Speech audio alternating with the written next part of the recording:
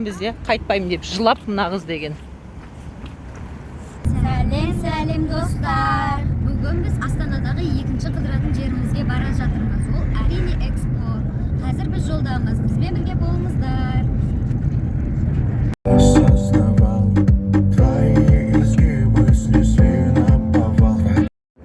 Достар, біз экспоға жеттік. Қазір біз ойнайтын жеріне баратын боламыз. Кеттік. Осындай качеля ұшып жатыр, үшеуі бірдей. Көмектесіңдер. Бұл деген прямо экспоның алдында. Осылай ойнайтын алаңдар бар. Мына Ясина көмек сұрап жатыр. Мына көмектесің. Не істейсің?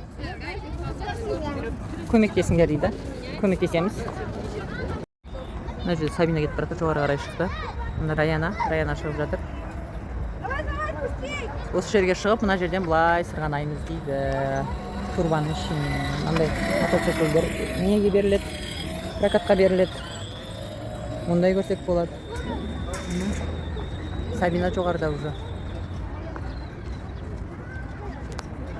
Раяна міне. Міне. Тек біздің отбасы ұшып жатқан естіп. Качеля бар екен осылайынан. Достар, міне Сабина ұшып жатыр осындай әткеншекке. Алдарын ұшып жатыр. Саби ощущение қалай? Что керемет. Не.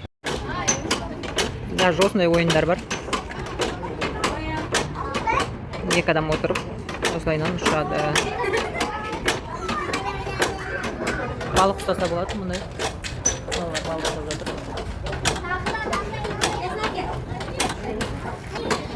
Ясина қосылды осылайынан. Осы группқа. Енді Раяна да ұшқысы келіп отыр. Барлығы осылай ұшып жатыр. Достар, біз үйге тамақтануға қайтып жатырмыз. Кеттік. Осындай да случай болады екен бізде. Қайтпаймын деп жылап мына қыз деген. Біз үйдеміз, қазір тамақтанып жатырмыз.